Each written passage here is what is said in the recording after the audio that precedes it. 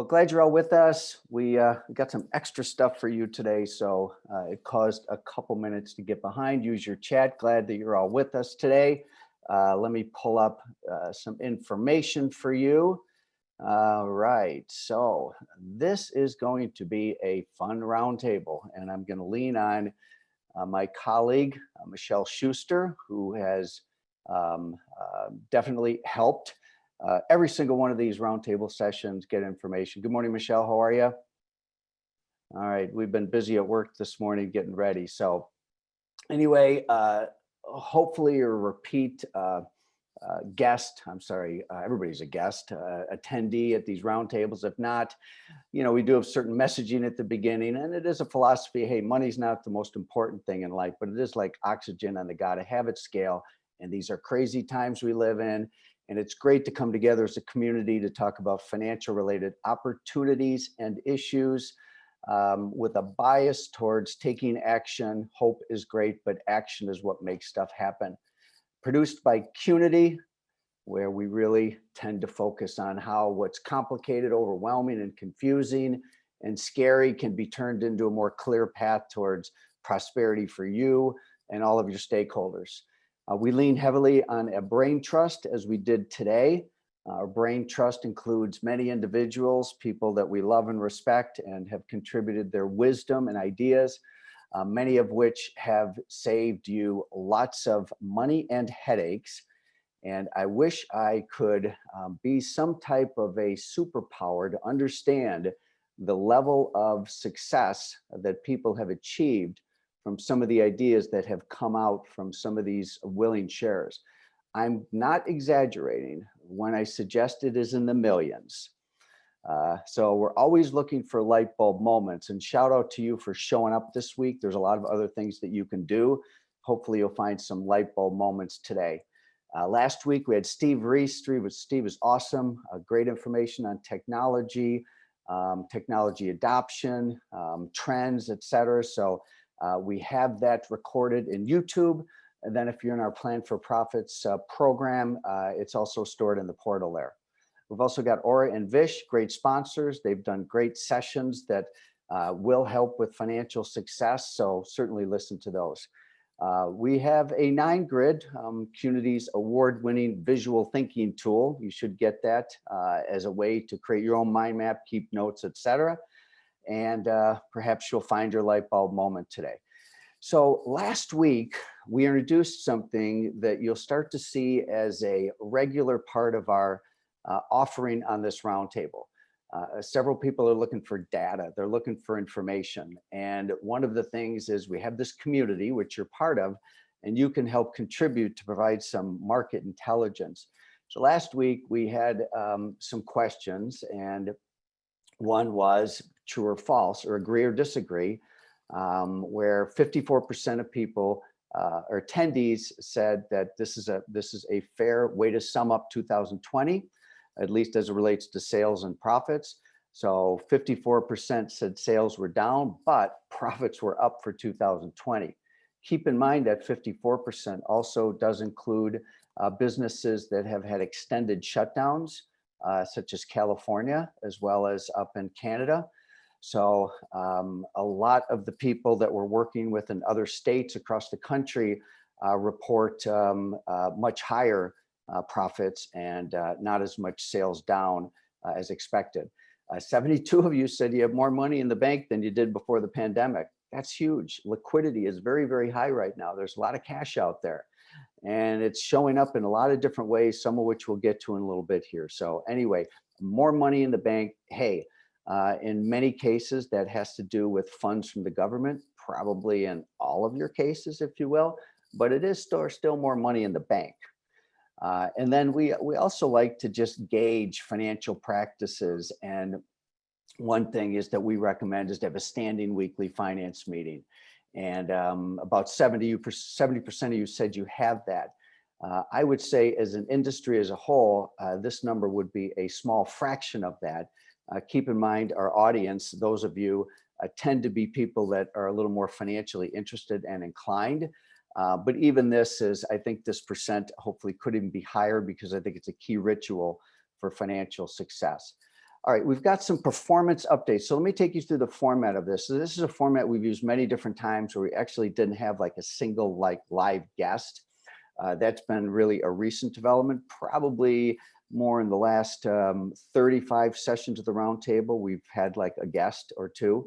But prior to that, throughout this, one of the things that we have done is we've asked, as we did this week, send out to our brain trust and say, hey, what's going on? What financial issues and opportunities, trends, and we always get great responses from you. So what we're going to do is share some performance updates. We're going to have some people turn on their mic in a little bit here. So from performance updates, we have a few that relate with one's from James Griffith. So Christine, if you could get ready to turn your mute off, and Michelle can kind of guide you through this. So Michelle, I'm going to turn this over to you for some feedback from members of our Brain Trust that was contributed. And we have some of the people that contributed this couldn't make it because they have other meetings, which is a good thing. They're meeting with their leadership team, et cetera. So Michelle, take it away and let's get some performance updates. Good morning, everyone. It's great to be with you this morning. Amanda, I love your comment. It's great seeing faces without masks. I had a service the other day from a service provider I met during the pandemic, and it was the first time we saw each other's faces. It was crazy. So we have an update from Will Simpson at Green Circle. And, you know, a reminder, as a lot of things are sort of getting back to normal a little bit here in the US, he said, while the salon market continues to rebound in the US, there's a third wave of shutdowns throughout Canada. And many of the Green Circle members are in their third shutdown on full lockdown. And a lot of them haven't reopened since December of 2020, still closed since then. So our thoughts to our Canadian friends. Together, an update from them with our partners, they were able to recover 2.2 million bottles of ocean-bound plastic for Earth Month. Thought that was kind of cool. But they said Will said perhaps not surprisingly, one of the areas they've been really leading on is to support their members more through providing data and helping them to understand the value of waste reduction. So creating visibility on costs associated with color, energy, and water consumption.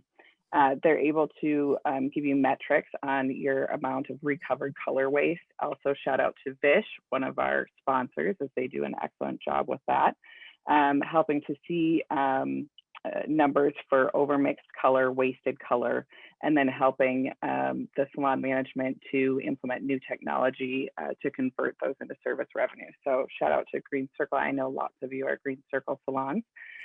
Megan from Gadabout also said they had a huge aha this year with Mother's Day gift cards. They did really nothing to promote Mother's Day gift cards. They had a little bit of a trade with a radio station, so they ran a couple commercials, but nothing compared to what they've done in years past.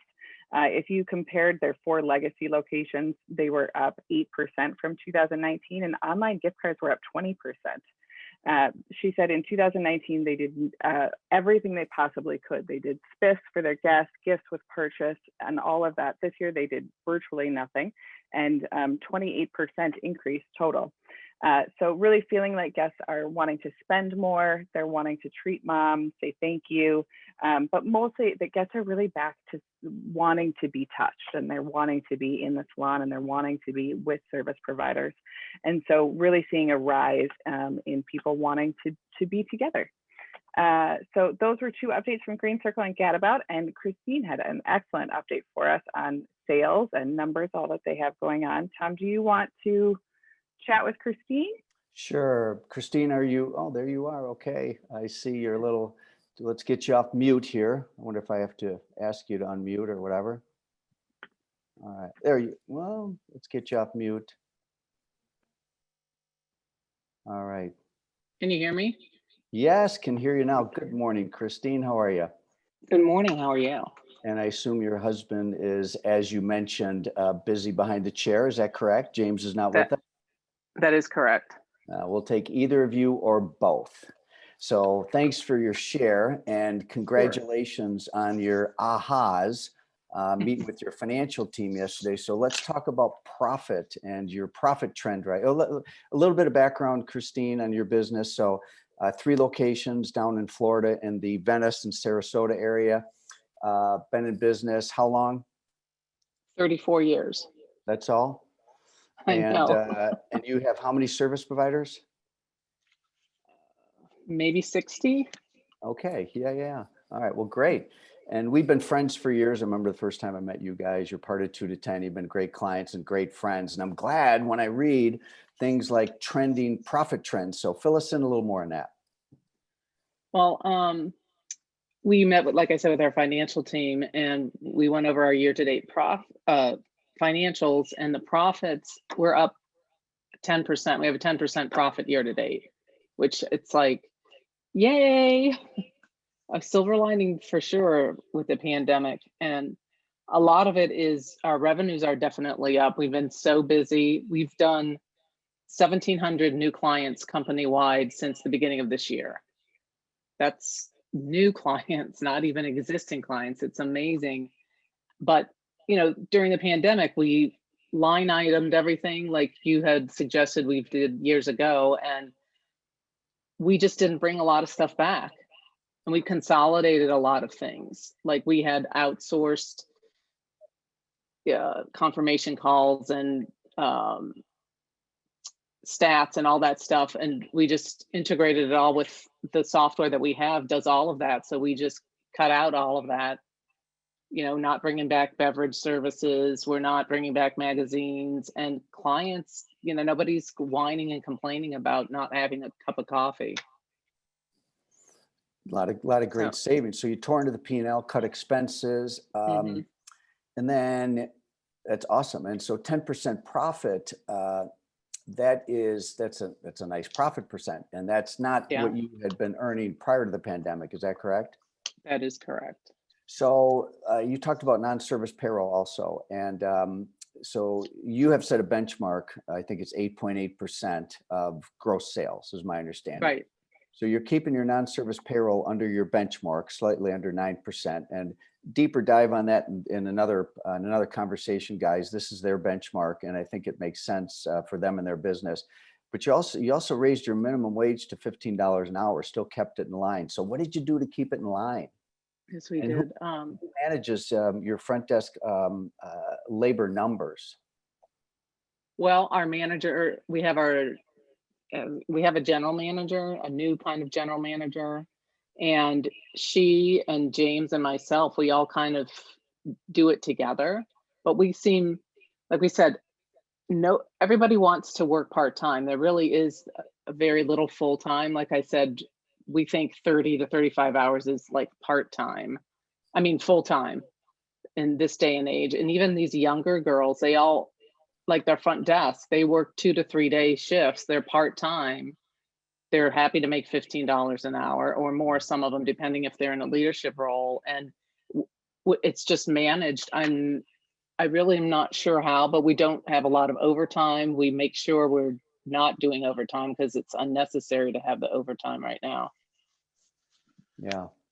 Well, you know, this is great stuff here. And you in your share, and so those, you know, what we do is reach out to the Brain Trust and send them an email, any updates. We like it to be very fresh and timely. So we usually send it in like Monday and give people till sometime Tuesday. And so usually it's like hot off the press. You talked about labor and 30 to 35 hours seems to be more full-time today.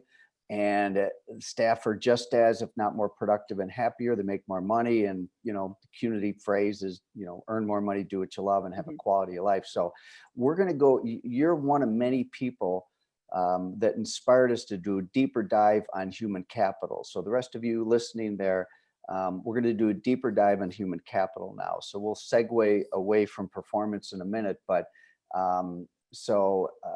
Christine, so you're definitely noticing a desire for more part-time. Now, this isn't like, you know, front page news, Right. but you're really living it, right? Yeah, we're really living it. Yes. Yeah. And it seems to be very productive for the company. Yeah. Well, Christine, thanks. And say hi to James. And I I will. hope you enjoy listening. Disappointed to not be here. You know, All he right. really enjoys this. Good. Well, you can also listen to the recording and be proud of your share. So thank you. Thank you, Tom. All right. Now, Michelle, I got one other performance related or money related share before we get into some other stuff, and possibly a poll. We might have a poll coming up here. April McDaniel. Good morning, April McDaniel. I know you're with us today, Kapsa Odi, and you're awesome, by the way, April. I'm gonna have you a guest on here. She's a CPA and does a great job. And I love one of the things you mentioned. So this is heads up for everybody out there. I'm just going to read exactly what you wrote, okay? So I don't mess up what you wanted to say, April.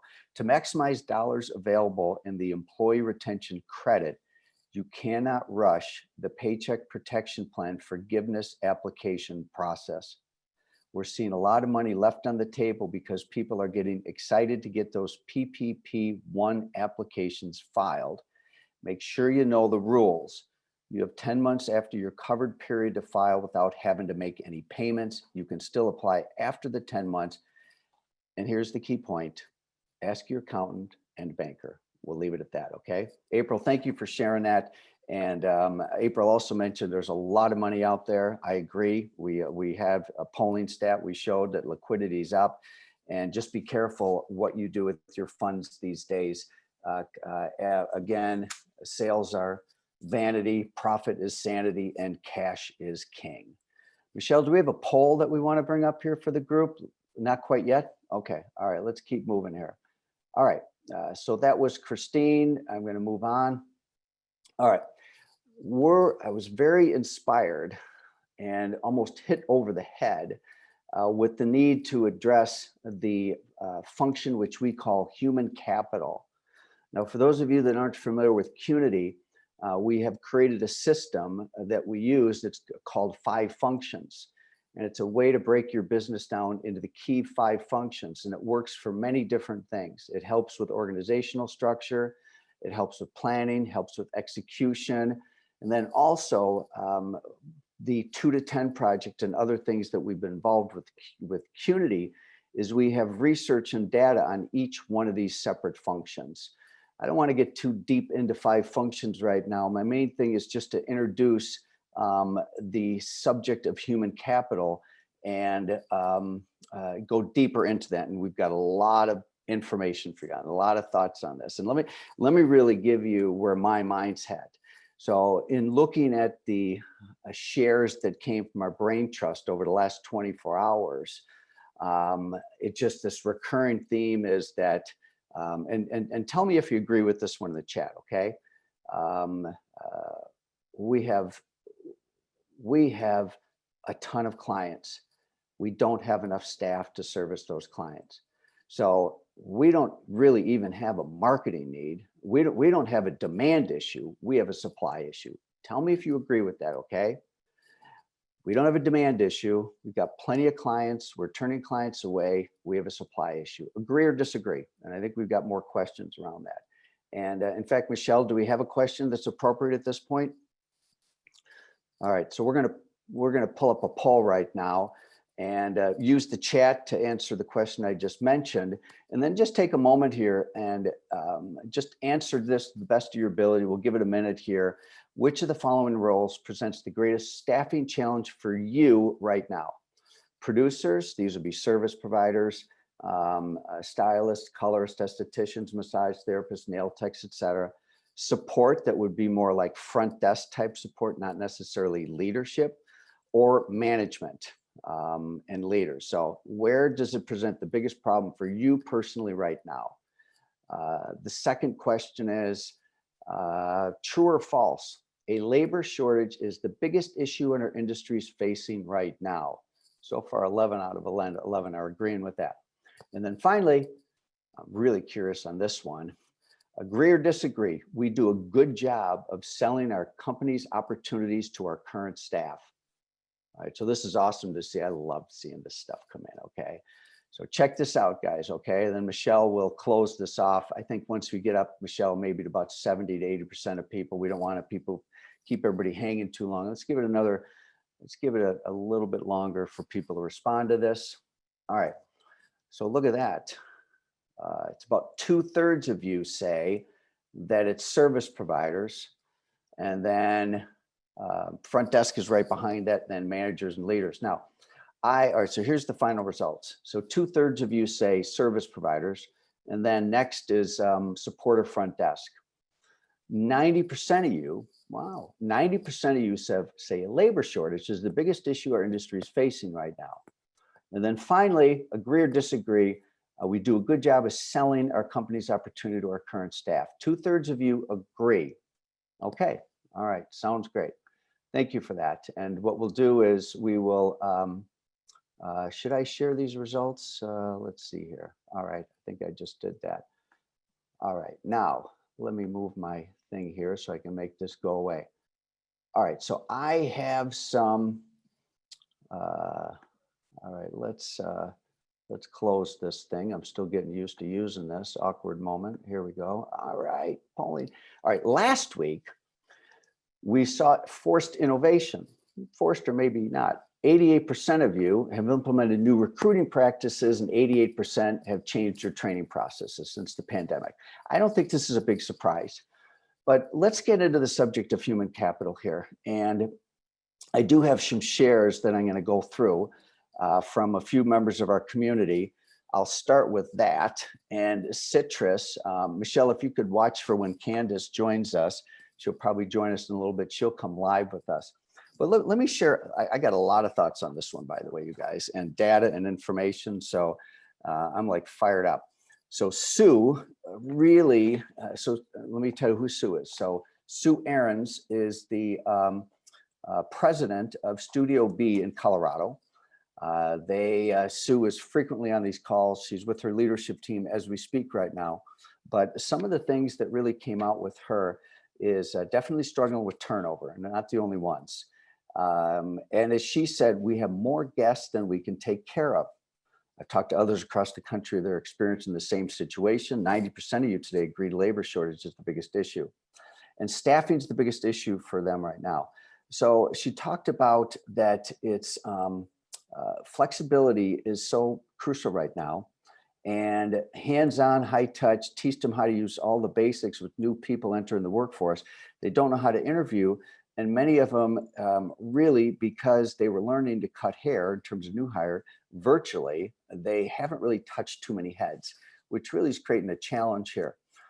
She also talked about building problem-solving skills, and I'm very interested in any comments about some of these thoughts here.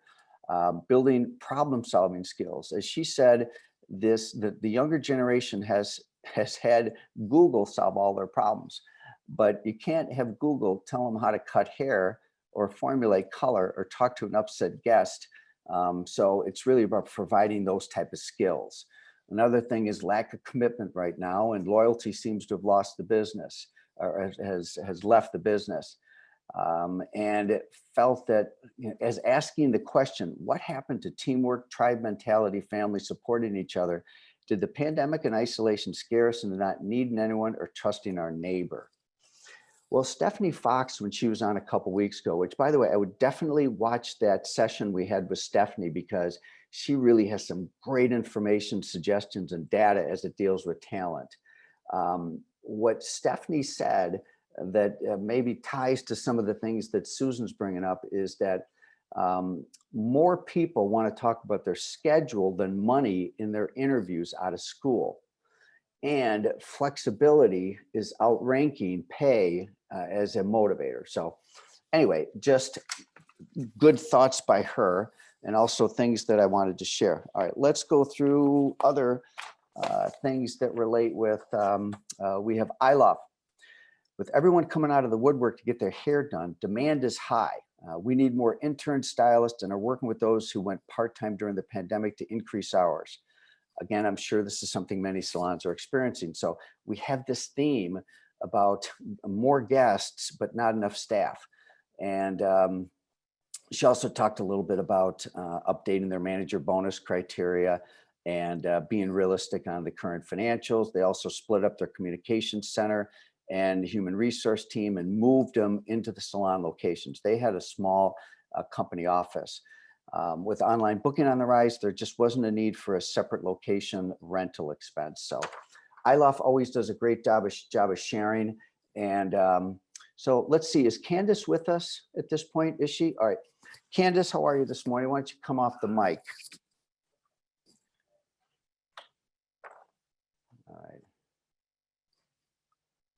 So Candice Gliatto is out in Martinez, California. She has a single location. It's called Citrus. Alrighty. Backpack. And she's got Hello. Forrest in the background. Good morning, Forrest. How are you? Hi, that's all right.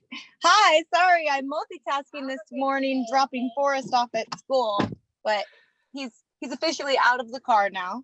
Okay. All Good right. morning. Good morning. That is the best introduction we've ever had for a guest, and I will cherish it. I know that little Sorry. guy Forrest. Anyway, Candice, you are a Qnity educator. You've also done just an amazing job as a owner out in California. And Michelle had an idea. She alerted me and said, "Hey, you should have Candice share what she's done recently, which was about flexibility and increasing hours with your staff." And so you want to share what's going on with that? Sure. Yeah. So, well, just like you were just talking about what Stephanie was sharing about flexibility being more important to staff these days than compensation. I mean, I have seen that not just in the last year, but for several years now. And I find that it's the first question that we ask. And it's also, I think, the number one reason that we have lost team over the years too, is because there isn't that flexibility. So we're doing something new now where we're trying to kind of meet them in the middle. And we've created a schedule that actually Jody, who's another one of our trainers and coaches, helped me put together. But the team members have the opportunity to work either every other Saturday, depending on benchmarks that they're hitting.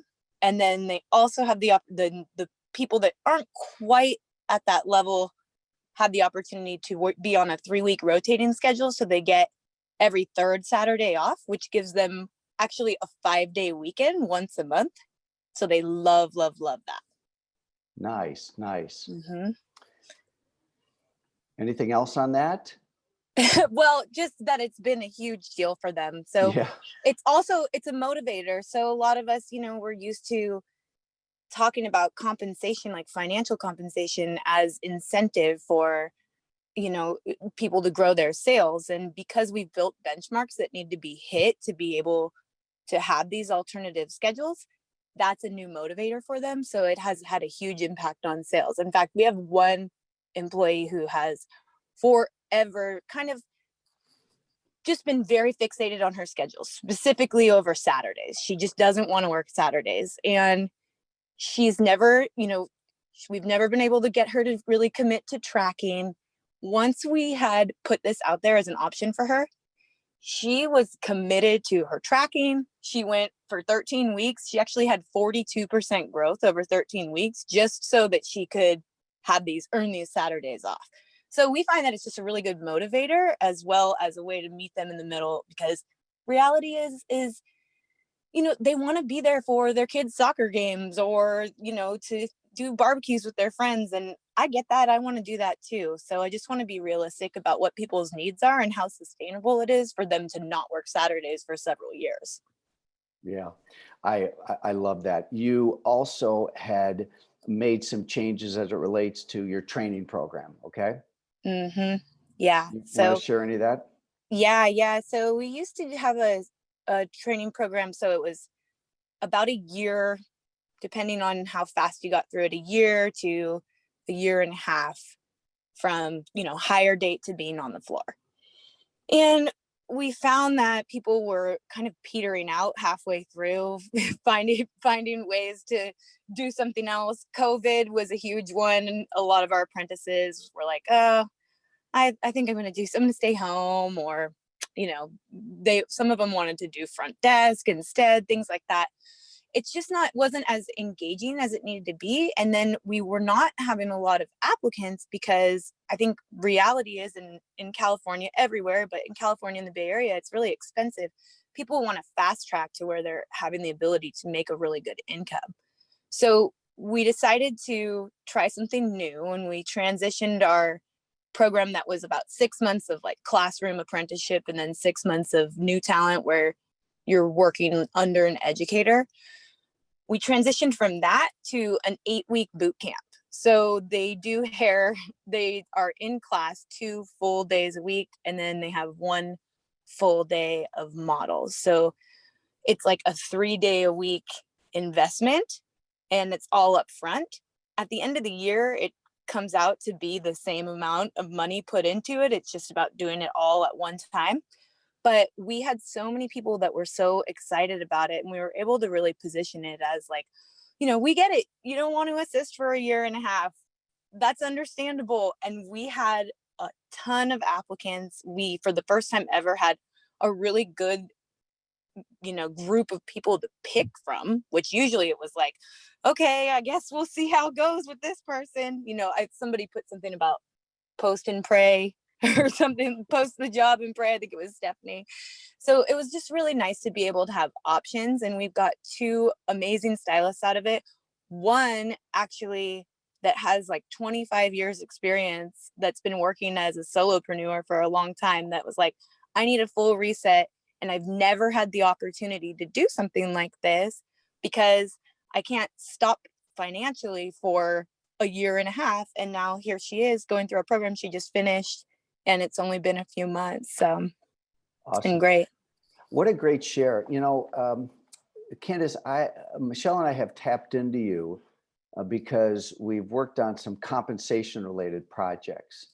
And one of the things that's been a central theme, not just for clients that we work with on their compensation, but just staffing overall and staff retention, is I'm of the mindset that that small businesses and salons in particular don't do a very good job of selling the whole scope of the opportunity that's part of working at a company like yours.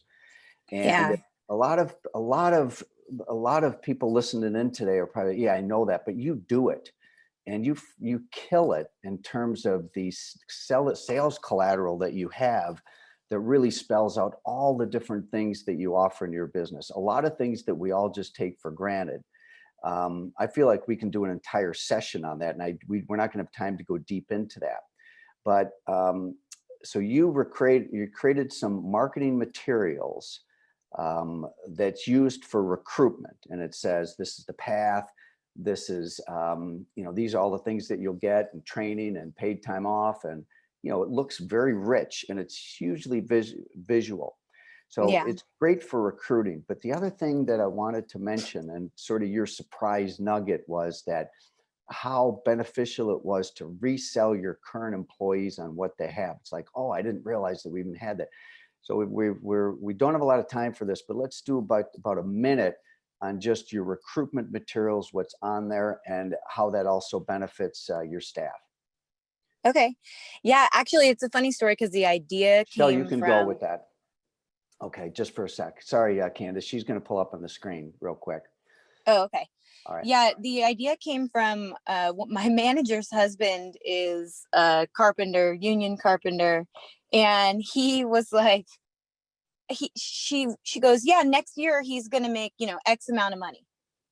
And he was in an apprenticeship, and then it was like laid out really clear that the investment of his time in the carpenter's apprenticeship was going to pay off, because on year 2, he was going to make X amount of money. And so we realized that we don't have anything that provides that type of clarity, except for, a general statement of like, oh yeah, when you get on the floor, you make lots of money. Like, that's great. So we decided to get really specific, and not just with compensation, but also what opportunities they have. So we laid out everything in like very, very broken down detail. And then we do offer, I think, a pretty nice benefits package. So we want to make sure that all of that was highlighted. But what ends up being a bigger selling point somehow with everybody is the professional opportunities and the ways that they can see themselves growing. So do you have the other one, Tom, the other image? We don't. We might have to save that for another week, but it's, yeah, and Michelle, you can take that down. We should really do a whole session on this. This is really, I want to be careful here. We don't go too much further, at least for now, but Candice, not to cut you off, but I mean, I think that it's hugely valuable what you created here. and I absolutely think that it's a big opportunity. So anyway, that's going to be a good segue into some of our questions. So Candice, thanks for joining us. I think we should do a deep dive, and we should hear from people in the chat if you want us to spend a little more time in terms of how to better, well, that's a good thing we do with our coaches, is how to better communicate the opportunity to your team and to make a marked improvement in recruitment and retention. So Leslie said, yes, of course. So Candice, thank you. I appreciate you joining us today, and we'll talk to you very soon. Okay. Thanks, Tom. All right, Michelle. Let's pull up a poll here. Okay, as it relates to some of these. So, all right, now I'm going to do a segment on the employee experience. All right, the employee experience is just what is it like, which is very difficult for us to be objective about this, but. Here's the question. How would you rate your employee experience? 1 being poor, 5 being excellent. So these are all the different touch points that you have with your staff. Is it really meeting their needs? And so the rankings coming here. So help us with the chat with this, guys. The next question is, and I'll get to this in a little bit, agree or disagree? There's a ceiling for our top people. In other words, your masters. So your masters get to a certain level, and there's nothing more for masters other than maybe some minor things like a few more days of vacation or whatever, but nothing necessarily that's a marked distinctive difference for people that reach that top level. So I'm real curious about this. Now let's see how people rate themselves. So now keep in mind, this is self-rating. It's a little bit difficult to be objective, but it's a good place to start here. So let's see if we get a few more people to respond to this. Most people are saying their employee experience is a 3 or a 4. All right, no one is rating it poor, and it's great to see that. Now, here's one of the things that I have learned in doing surveys is that it is hard to be objective about yourself. Let me give you a great example. 87% of leaders say they're effective communicators. Okay, so let me just, and many of you will probably, including myself, I'd say I'm an effective communicator. 17% of their staffs agree. All right, so sometimes it's difficult to be objective. Michelle, we can close this poll out and move on from here. So, but it's really, it's good to see your state of mind on this. Now, let's spend a few minutes talking about employee experience, okay? And you know, there's just a couple of great articles. We do a weekly digest. We see what's going on, what are trends like right now, and some of the places we look are other resources for small businesses. We're part of a bigger ecosystem, guys. We're not just part of a salon and spa industry. We're part of an ecosystem that's small businesses. And there's some great tips about ways to enhance your employee experience. And I'm going to go through a few of you, okay? And this is an article. What we can do is we can send out the link on this. It's by someone by the name of May Roston, featured in Inc. And so 5 ways to enhance your employee experience. And these are more macro trends. And nearly 4 in 5, or 79% of employees, would prefer new or additional benefits to a pay increase. So again, money isn't necessarily the main motivator. Companies today need to fight hard to recruit, hire, and retain employees. How do we do it? Here's a few ideas. And some of these are going to be so obvious, but you know what? Sometimes the key is in the obvious, and it's more about execution than ideas. All right, listen to employees. All right, well, that sounds pretty basic, but are you actually surveying your employees and taking actionable steps? Now, I am going to share a story, and John DeJulius said, never be the hero of your own story. So I got to be careful here. Actually, I'm not the hero in this story, okay, by any means. But let me just share with you something that I learned when we're in an environment as a salon owner where a lot of staff members leaving, and there was a period, maybe it wasn't great trust. And so we did, some would call them town halls. We just did salon meetings. We wanted to gather information. A stylist, and she was relatively new, and she just asked the question, why don't we have dental insurance? It's like, I don't know. Why don't we have dental insurance, you know? And she said, it'd be great to have dental insurance, and I wouldn't even expect for you to pay. It's a great idea. So we simply went out, got a group dental insurance policy. We didn't pay for any of it. We just offered it. And what we did is we gave this person all the credit because she deserved it. So point here, it's one thing to listen, it's the other thing to act. Another thing to listen and act and make sure credit is given where credit's due. So that's my own little editorial piece to that. Number two, encourage flexibility. Forget about dress code, working hours, and weekly reports. Check this one out. Focus instead on KPIs, results, and output. Now think about this for a moment. I've long believed that salon KPI are way overcomplicated, and I won't start a rant on this, I promise. But I feel that we lose people at hello when it comes to key performance indicators because we have too many. Productivity, frequency of visit, new client retention, existing client retention, retail per client, retail per visit, retail, and I'm lost at hello. And many don't measure what I would consider to be the number one metric, and that's client count. All right. So at the end of the day, if someone has a high client count and a high average ticket and high total sales, do you really care when they work? You know, sometimes we get so caught up in our sub metrics that we lose the big picture. So encourage flexibility, and then also key performance indicators. If they get the job done and they're producing, they certainly, you have more room for flexibility. Next one, this is a big one, work-life balance. Some of the feedback I was getting from Brain Trust members was mental health, and really worried about mental health for all members of the team. And work-life balance, a lot of that has to do with health. And so many innovative salons are providing resources that are health related. My wife's a health coach, and I will tell you, every single day we're learning. I'm learning from her because she talks to about 10 clients a day, working for Virgin Health, advising them on, taking care of themselves. So certainly ways that you can help people maintain better work-life balance, a lot of that being health. And then, as Candice said, certainly being able to take care of their families. Next one is teach, don't preach, okay? Keep your employees engaged by constantly shaking things up to prevent burnout and allow for employee growth and retention. The other thing about shaking things up, I was with some clients and friends of ours, and they had this departure of a key member of their team. And they're really worried about what else everybody was going to say about it and all that. And when bad news comes, that's a good time to throw a party. When bad news comes, or if things are in a funk, find something to celebrate. Find something that authentically really recognizes the true reality, other than the fact that one person might have left.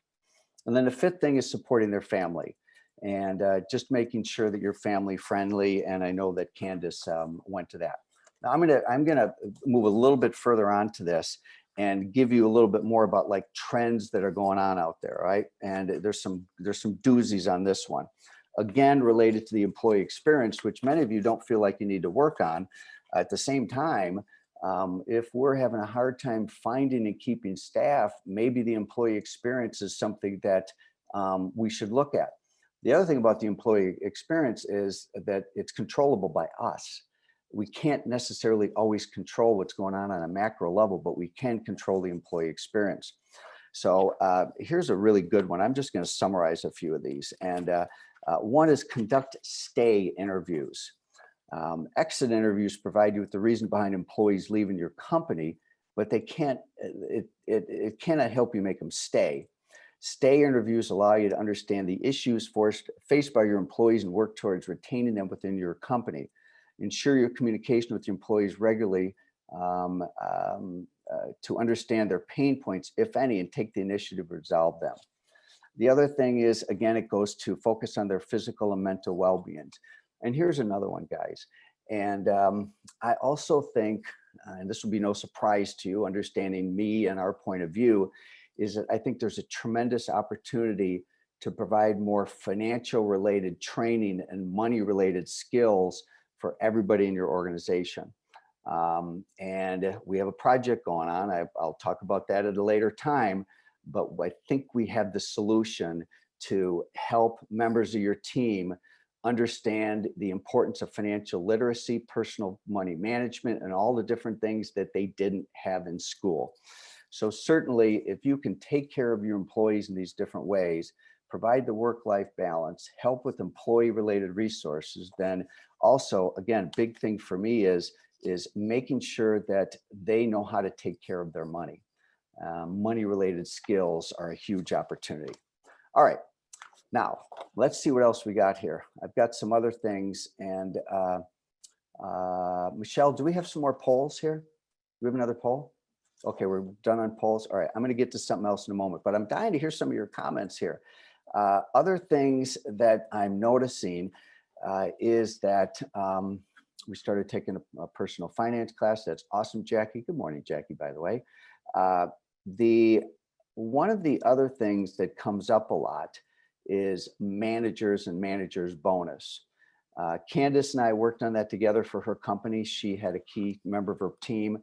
And what Candice did is she went to our profit curriculum, and we do have some tips in there and recommendations on how to create a compelling manager bonus program, depending on the level, and then also to how to communicate it, what to do, what not to do. So certainly, if you're looking at leadership and management incentives and bonuses, we have recommendations on that. It's in our profit program.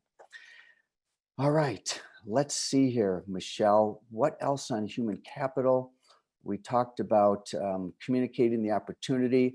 Oh, I want to get to shattering the ceiling. So we'll get to that just in a moment here. Oh, and many leadership, keeping leadership and managers.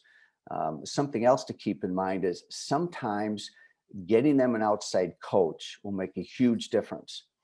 I recall also as a salon owner that I had a particular salon manager that I feel I wasn't necessarily the best person to help her grow and evolve in her career. And so just invested in an outside coach and had a meeting with all three of us up front, set the rules of engagement. Rules of engagement is I don't need to know what's communicated between coach and employee. What I do need to know, employee, is are you committed to staying with us to make this investment worthwhile for both of us? If you're committed to stay, we'll hire the coach. I want to know your intentions. And it worked every single time. So anyway, that's something really good as it relates to growing members of your leadership team. So, all right, what else do we have here? I know that I want to get to a couple things as it relates to, Michelle, can you see my screen here? Let's see here. It's not sharing, Tom. I'm not sharing. Okay. I'm dying to read the comments. I've just got a little bit more, you guys. Then I'm going to do a shout out to who's on the call. And we've got a few invitations here. So, all right, let's spend a little bit of time going through what I'm seeing in the world of transition planning. And I do a lot of research, and I have a pretty active group of clients that I work with that are in some stage of relating to either selling their business, bringing in partners, or doing something to keep key employees with a Master Type Plus program. So here's what's going on in the world of transition planning, is that it's a competitor. This has changed. It's a competitive seller's market right now. That has got to be music to your ears if you own a salon.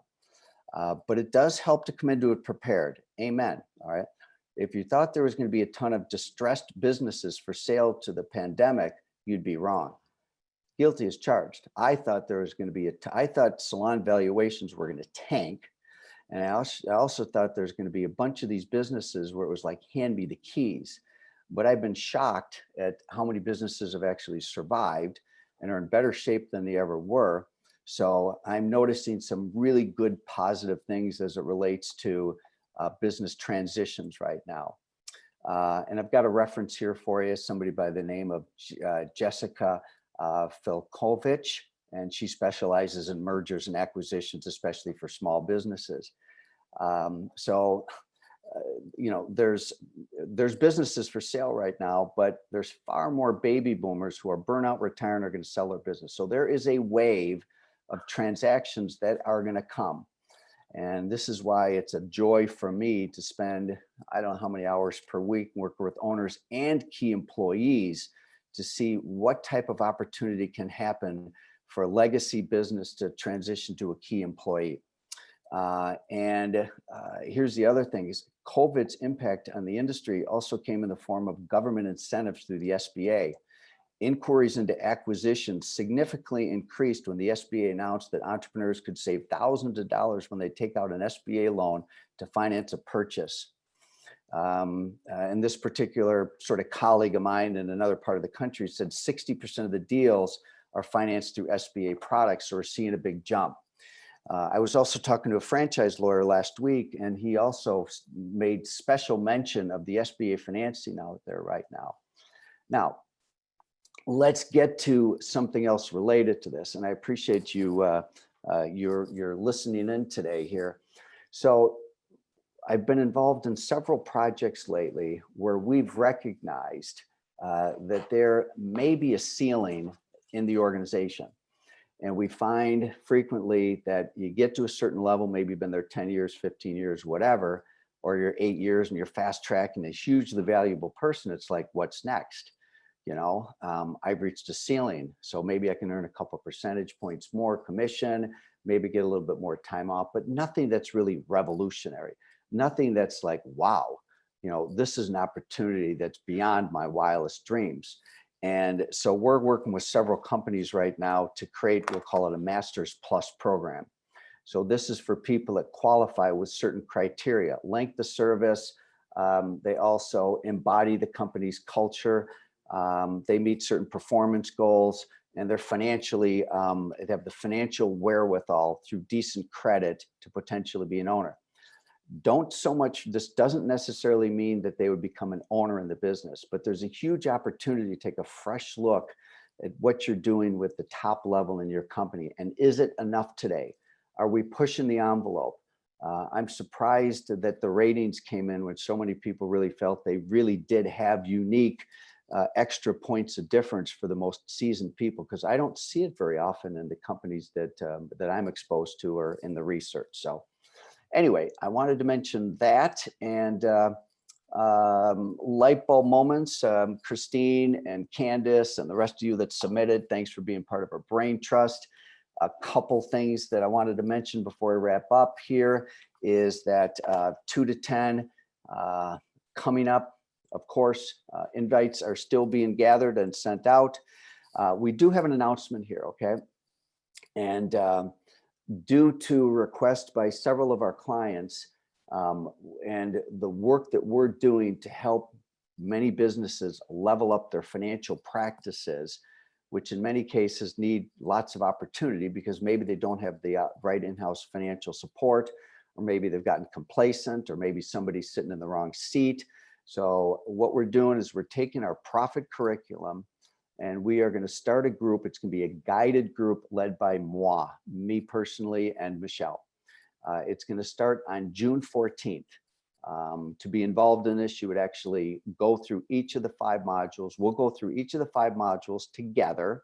We'll give you 2 weeks to get through a module. Each module takes probably an hour and a half, I'd guess. And then we'll come together as a group. And I'll help bring life to this. We'll use stories, we'll use examples, and step by step, you'll be able to look at your finance department and how you're really approaching higher profitability in a very step-by-step, using this curriculum as part of it. In certain cases with some of our clients, we're actually also advising them on that off week to specifically say, for your situation, this is exactly what to do. So anyway, if you're interested in this profit guided group, then let Michelle know. You can reach out to Aaron. Maybe one of you can put something in the chat. I'm super excited about it because so much of what I hear from when I work with small businesses and salons, they're the same issues that keep coming up. And I really feel like we've addressed all of those issues in this simple curriculum. So if you're interested in being part of that, that'd be great. Also, one other thing. All right. Occasionally we have clients that get into another venture and something outside their owning and operating a salon or spa.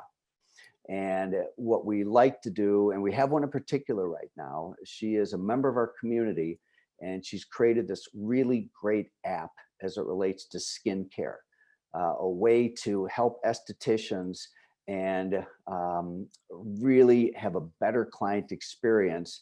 And it's proven that's going to increase retail, client satisfaction and all. And this is in a beta stage.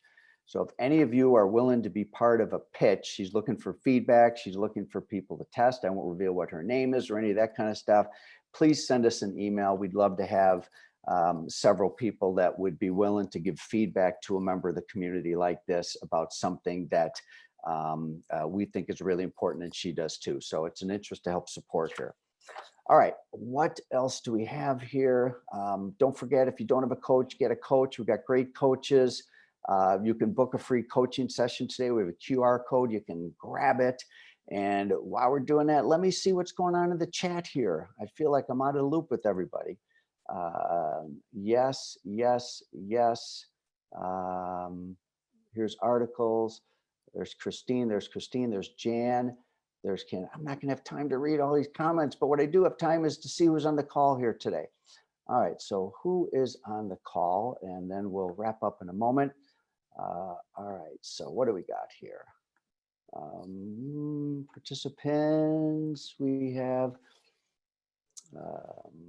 Anna, April, hello April, Ashley, good morning Ashley R, and Ashley Russell, the double Ashleys. Oh, we also have my friends in Michigan on here. Good morning, how are you? Brown and DeLine. Hello Colleen, Ed, I'm not familiar with the name, but welcome. Hello Heather. Good morning, Jackie M. Always great to see you, as well as you, Jan, and Jennifer Parker from Aura. Aura, thank you again for partnering with us to help produce these roundtables. That'd be great.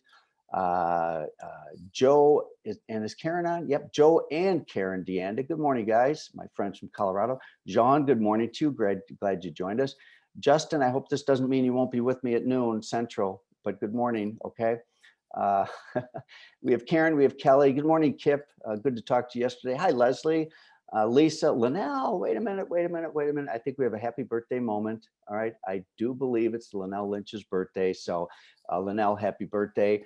Mark Gonzalez, good morning, Mark. How are you? Hope you're going to join us for the school roundtable. Hello, Melanie, Melissa K. Good morning, Nicole Cumberlander. How are you? Hi, Nina. Hello, Philip. Hey, Robert, how are you? I didn't see you were on. Were you active in the chat? You probably were.